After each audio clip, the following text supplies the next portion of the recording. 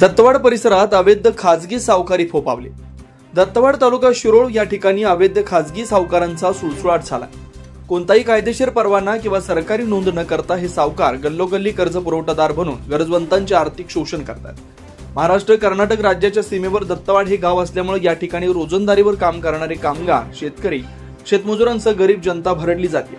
सावकारीच्या तगाद्यामुळे लहान मोठ्या हाणामारीच्या घटनाही या परिसरात घडतात। याकडे प्रशासनाने लक्ष देण्याची गरज निर्माण झाली आहे। दत्तवाड, दानवाड, घोसरवाड परिसरात खाजगी सावकारकीचा जोर वाढलाय।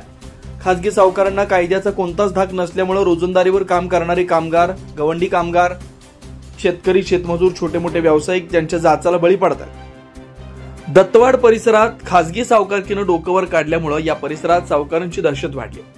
सावकारांकडून 2% पासून 15% पर्यंत व्याजाने पैसे घेतात। व्याजाची टक्केवारी अधिक असल्याने अनेकांना दिलेल्या पैशाची परतफेड करणं अशक्य होतं।